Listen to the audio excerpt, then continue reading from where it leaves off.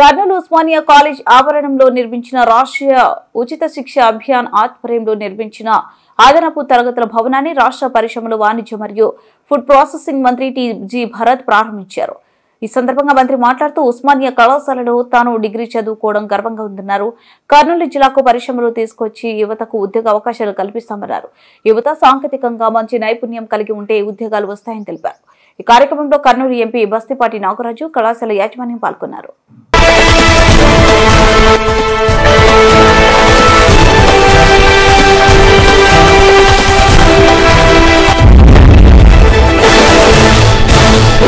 Be really helpful.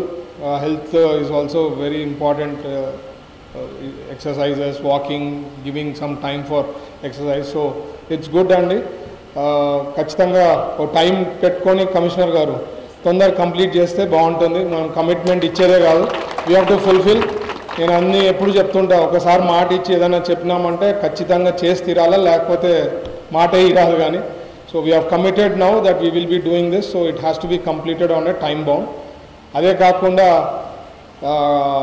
Principal గారితో కూడా నేను మాట్లాడడం, సలీం బాషా సార్తో కూడా మాట్లాడడం జరిగింది. ఇట్లా రోడ్డు వెడల్పు చేసే విషయంలో ఆల్రెడీ డిస్కషన్ చేశాము. ఈరోజు కూడా టౌన్ ప్లానింగ్ ఆఫీసరు, కమిషనర్ గారు ఉన్నారు, ఒకసారి రివ్యూ చేసి, ఎందుకంటే మనకు ఓల్డ్ టౌన్లో రోడ్స్ చాలా కంజెషన్ ఉంటుంది ఈ ఏరియా నుంచి. సో ఏం ఇష్యూస్ కాకుండా సార్ వాళ్ళు కూడా ఒప్పుకోవడం జరిగింది, కాంపౌండ్ వాల్ రీబిల్డ్ చేసి అని చెప్పి. That is what their request was. అది కమిషనర్ గారికి ఖచ్చితంగా చేయాలి sir. That is a small request what they are going to they are ask is. So ఖచ్చితంగా will see and then do, so that road కొద్దిగా మనకు wide అయితే ఈ traffic congestion అనేది చాలా ప్రాబ్లమ్స్ అనమాట ఓల్డ్ టౌన్లో. అది కూడా నెరవేరుస్తారని ఆశిస్తున్నాం. అలాగే ఈ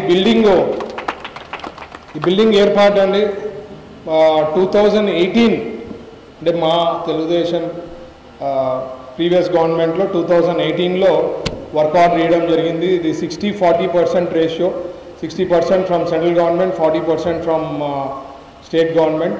2018లో వేసిండేది ఇప్పుడు అవుతా ఉంది. సో మీరు ఊహించుకోవచ్చు లాస్ట్ 5 ఏళ్లలో ఏం జరిగిందో, పనులు జరగకపోయినా. మామూలుగా ఈ బిల్డింగ్ నాకు తెలిసి ఒక 8 నెలల్లో కన్స్ట్రక్ట్ చేయొచ్చు, మ్యాక్స్ 1 ఇయర్. ఒకవేళ గవర్నమెంట్ అనుకున్నా 1 ఇయర్. అట్లాంటిది దాదాపు 5 ఏళ్ళు దాటిపోయింది. సో పొలిటికల్గా ఎక్కువ మాట్లాడరాదు, బట్ పాయింట్ ఇస్ మేము ఇట్లాంటివి ఎన్నో, ఉర్దూ కాలేజ్ గురించి కూడా ఎంపీ గారు చెప్పడం జరిగింది, ఉర్దూ యూనివర్సిటీ.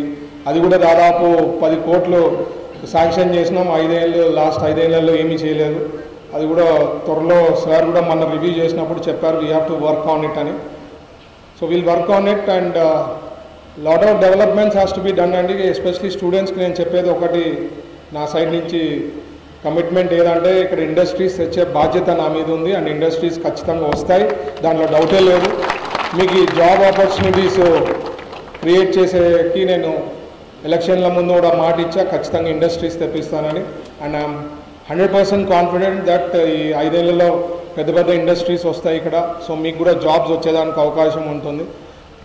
నేను నాకి చెప్పేది స్టూడెంట్స్కి నా సైడ్ నుంచి అడ్వైజ్ ఏమంటే, టుడే జనరేషన్ ఈజ్ డిఫరెంట్ అండి. Today's world is different.